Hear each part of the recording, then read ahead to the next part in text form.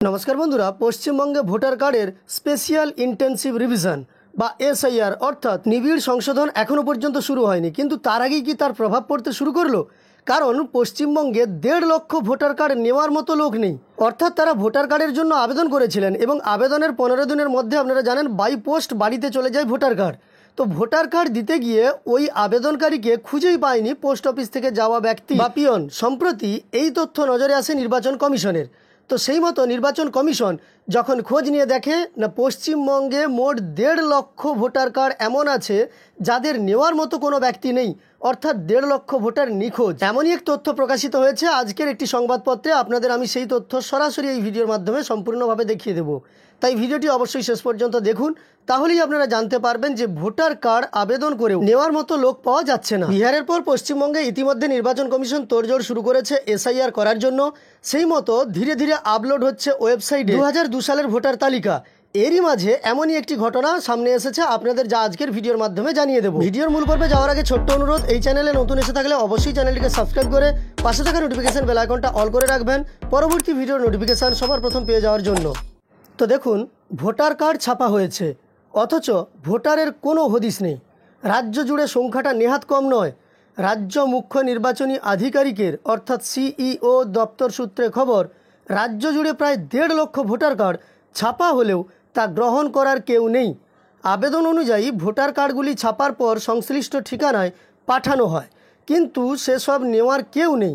স্বভাবতই ফেরত আসছে সেগুলিও। নির্বাচন কমিশনের নয়া নির্দেশিকা অনুযায়ী এখন থেকে আবেদন জানানোর পর 15 দিনের মধ্যে পোস্ট অফিস মারফত ভোটার কার্ড হাতে পাবেন ভোটাররা।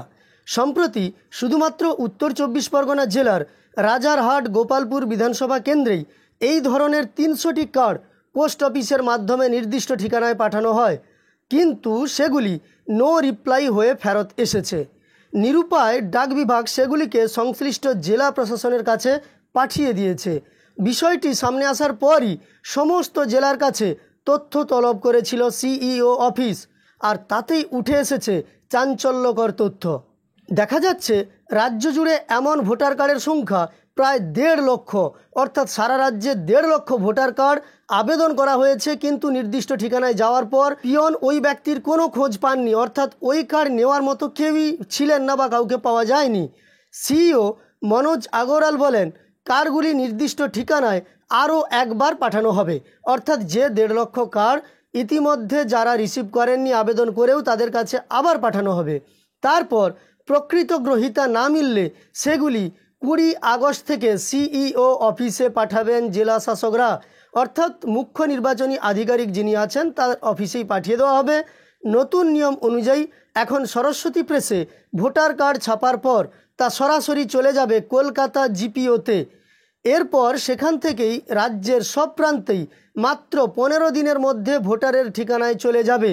অর্থাৎ ভোটার কার্ড পৌঁছে দেওয়ার গোটা প্রক্রিয়াটি পরিচালনা করছে ডাক বিভাগ। তাহলে ভাবুন, 15 দিন পরে ভোটার কার্ড গিয়ে পৌঁছে গেছে নির্দিষ্ট ঠিকানায়, আর সেই ভোটার কার্ড নেওয়ার মতো কোনো উপভোক্তা নেই। যিনি আবেদন করেছিলেন তার কোনো হদিশ পাওয়া যাচ্ছে না। এদিকে রাজ্যের 2 ডব্লিউবিসিএস অফিসার তথা ইআরওকে বরখাস্ত করার কমিশনের সিদ্ধান্তের পরিপ্রেক্ষিতে বুধবার রাজ্যের মুখ্য সচিব মনোজ পন্তকে চিঠি দিয়েছে ডব্লিউবিসিএস এক্সিকিউটিভ অফিসার্স অ্যাসোসিয়েশন।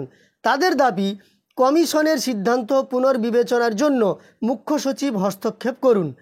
অর্থাৎ আমরা এই সংবাদের মাধ্যমে বুঝতে পারলাম এই রাজ্যের প্রায় 1.5 লক্ষ ভোটার কার্ড নির্দিষ্ট ঠিকানায় পৌঁছে গেছে, মানে যেখান থেকে আবেদন করা হয়েছিল সেই ঠিকানায় পৌঁছে যাওয়ার পরেও সেই ভোটার কার্ড নেওয়ার লোক নেই। তাহলে কি এইগুলো ভুয়ো ভোটার কার্ড হিসাবে আবেদন করা হয়েছিল, না কোন কারণে এই ভোটার কার্ডগুলো নেওয়ার লোক নেই সেই ব্যাপারে কিন্তু কমিশন অবশ্যই খোঁজ নেবে।